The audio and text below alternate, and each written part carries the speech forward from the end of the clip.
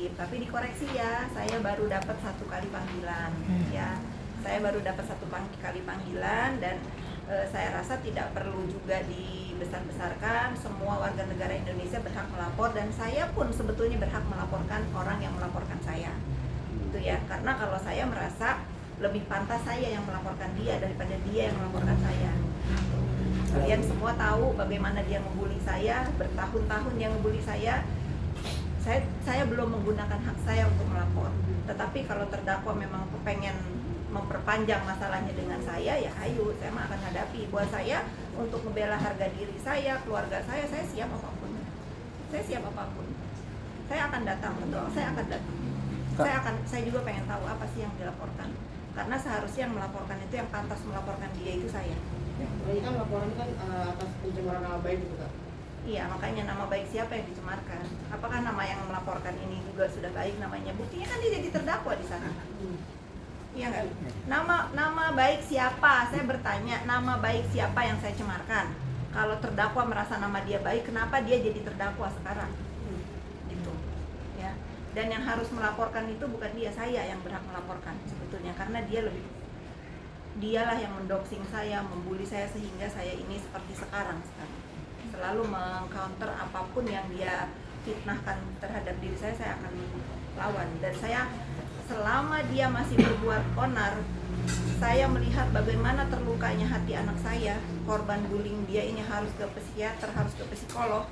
Saya siap membalas dan saya siap selalu bertaruh dengan dia seumur hidup saya kalau dia nggak berubah. Apalagi laporan katanya dilakukan pada bulan Februari ya?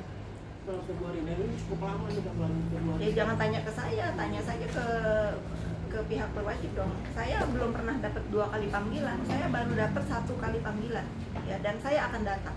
Nggak usah menayangkan panggilan kedua, saya akan datang. Tapi kenapa dari polisi bilang panggilan kedua gitu? Jangan tanya ke saya dong. Ya kan? Mungkin dugaan saya kan pindah alamat. Mungkin yang pertama nggak nyampe karena kan yang harus diakui itu yang saya terima. Saya kan pindah rumah, mungkin waktu itu ngirimnya ke rumah yang pertama, jadi saya nggak terima. Gitu ya. Ini bukan masalah yang penting untuk kita bahas terus ya, karena pertama nama baik siapa yang dirusak ya. Kalau dia namanya baik, dia tidak jadi terdakwa. Yang harus berhak ngelapor itu saya, karena saya yang selalu didoxing sama dia, dikatain penipu, dikatain apa lagi tuh, dikatain udah macam-macam lah. Udah saking malesnya saya bilang, ya mungkin dengan kalau saya yang melaporkan, mungkin kata Tuhan, udahlah Fitri, ini bukan balasan yang setimpal untuk kamu melaporkan dia. Mungkin Tuhan memberikan cobaan sekarang dengan pasal pemerasan, dengan TPPU, ini mungkin yang adil, kata Tuhan, untuk ulah-ulah dia selama ini di dunia maya. Dan berapa banyak orang yang tersakiti oleh ucapan dia, berapa banyak orang yang menangis karena ucapan dia. Saya nggak tahu doa mana yang didengar, akhirnya dia duduk di kursi terdakwa sebagai apa? Sakitan. Dalam tuduhannya apa? Bukan ITE. Pencemaran nama baik mah ya sudahlah, mungkin nggak berimbang buat menjerat dia, yang memang harus pasal pemerasan dan TPPU ini. Jadi kita fokus aja kepada materi persidangan ini, karena jangan sampai digiring-giring opini. Betul kata Kodensu kemarin, nggak fair rasanya buat penegak hukum. Kita memakai hukum yang mana? Kita harus percaya kepada siapa?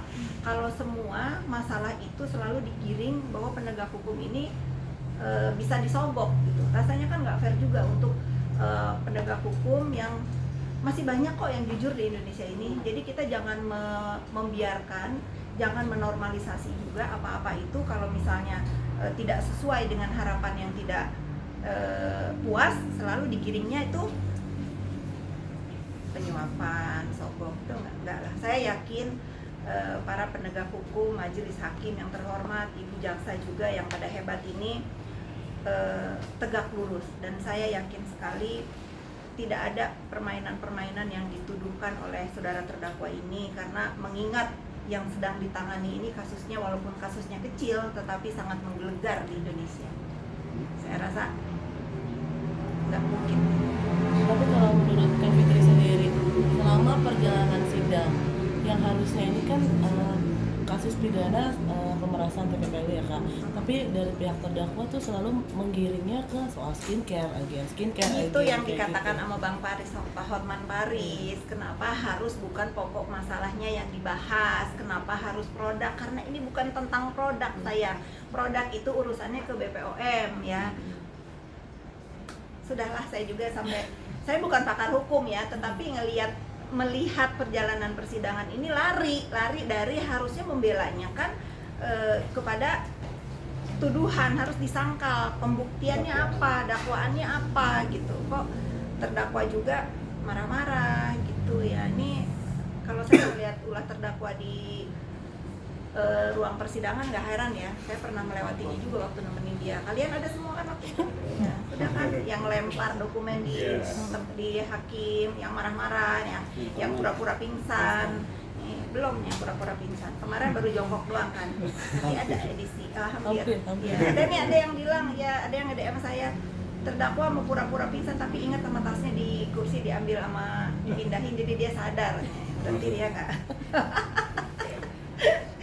Berarti kurang totalitas kemarin. Yuk bisa lagi yuk. Mungkin minggu depan ya. Mungkin minggu depan ya mungkin. Tapi Kak Fitri miris nggak sih melihat kemarin di persidangan juga sempat ada anaknya terdakwa sampai dibawa-bawa ke Ya udah saya tebak dulu juga kan seperti itu. Iya. Alasannya kalau ini kan yang digoreng ini ibu single parent, yang memilih single parent kan dia, ya nggak? Bapaknya kan semua ada, anaknya kan semua ada bapaknya. Bukan tidak mau bertanggung jawab loh bapaknya ini, karena saya tahu banget karena akses yang tidak diberikan menurut informasi seperti itu, dan saya rasa memang iya. Jadi kalau misalnya kalian ini netizen ya, dia single parent, kalian tuh harus berimbang. Bagaimana Dr. Reza Gladys itu yang anaknya itu banyak, yang didoxing, yang dibully, yang terus diancam, yang terus ya sudahlah gitu. Jadi kita harus fair ya. Tapi Dokter Reza sendiri kalau nggak salah nonton aku di Kodenso, dia bilang sempat insecure juga nggak sih karena Sampai pembuliannya sekarang, ya. gitu sampai sekarang. Sampai sekarang ya. Nah itu ya, maksudnya luka hati orang yang dibully itu kita tuh nggak tahu sembuhnya itu bisa kapan.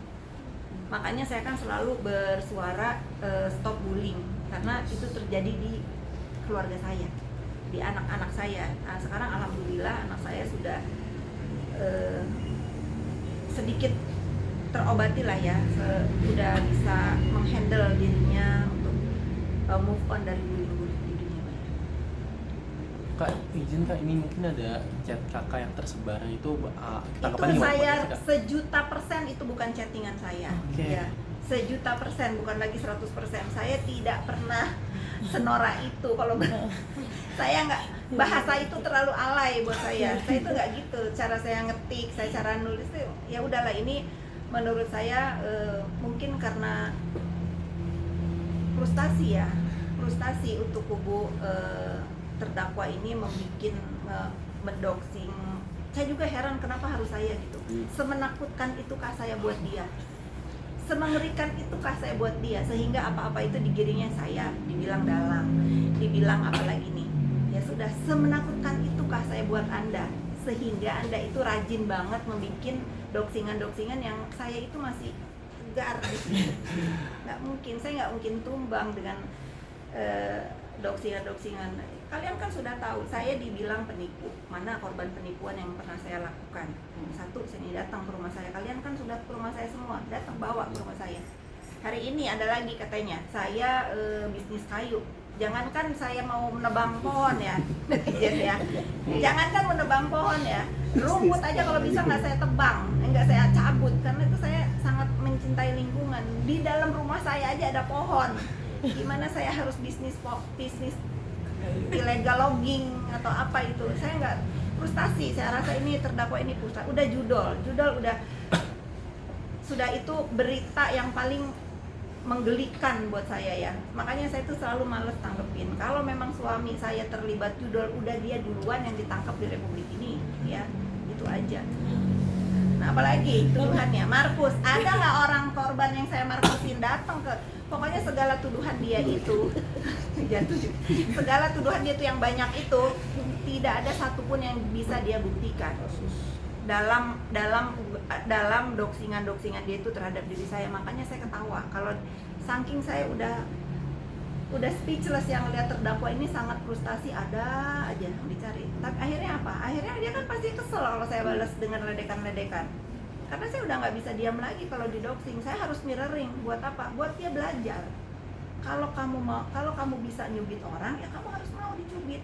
Gitu. Gitu loh. Berarti makin dia makin frustasi terdakwa, makin Kak Fitri makin terus aja korek semua segala macam gitu. Saya sudah bilang, saya tidak akan membiarkan diri saya didoxing dia lagi. Seumur hidup saya mau gitu untuk mengcounter diri saya, tapi saya tidak akan memulai ya. Saya tidak akan memulai. Kalian cek sendiri, tidak pernah di dalam dunia maya saya yang memulai. Tapi kalau dia mengusik saya sekali ya dia harus tahu saya akan balas dia sampai saya puas. Nggak bisa, saya sudah nggak bisa sabarin diri saya lagi untuk bullying di dunia maya. Dan mungkin ini apa yang saya lakukan ini juga menjadikan inspirasi buat para netizen yang tadinya dibully itu diem aja sehingga dia depresi sendiri, sehingga sedih sendiri. Akhirnya setelah melihat saya juga standing up buat diri sendiri, banyak yang mereka itu akhirnya tidak menormalisasi bullying dan melawan, dan akhirnya berhenti kan untuk bullying terhadap banyak sekali netizen yang akhirnya Kak setelah melihat kakak melawan, saya pun melawan, dan itu bisa mengobati dirinya untuk tidak merasa kecil. Ada lagi? Kak, laporan Samira gimana Kak? Yang dirimu dilaporin sama Samira? Saya dilaporin sama Samira. Iya. Tolong tanya Samira kapan datang ke Medan, dia yang tersangka loh. Kurang kerjaan atau apa gimana? Iya. Saya challenge dong, tolong review nih untuk para yang mengerti ya per skincarean, coba dong review skincare-nya Samira tuh yang overclaim, itu kata BPOM ya. Karena deskripsinya jangan dibilang oh ini izin edarnya atau apalah bulan Februari dia cabut, orang dia dari 2004 udah jualan kok. Jangan ngeles gitu, jangan ngeles. Dan ini untuk koreksi diri dia juga ya sebetulnya ya, ini kekuasaan Allah Subhanahu wa taala. Kalau dia membongkar atau mengusik usaha orang lain, Allah turun tangan. Untuk apa? Untuk membalas dia juga, karena apa? Dia nggak bener, dia sendiri kan nggak bener produknya gitu. Apapun alasannya tetap aja diumumkan BPOM kan. Belajar dari kasus ini, berubahlah, kasihan anak-anak.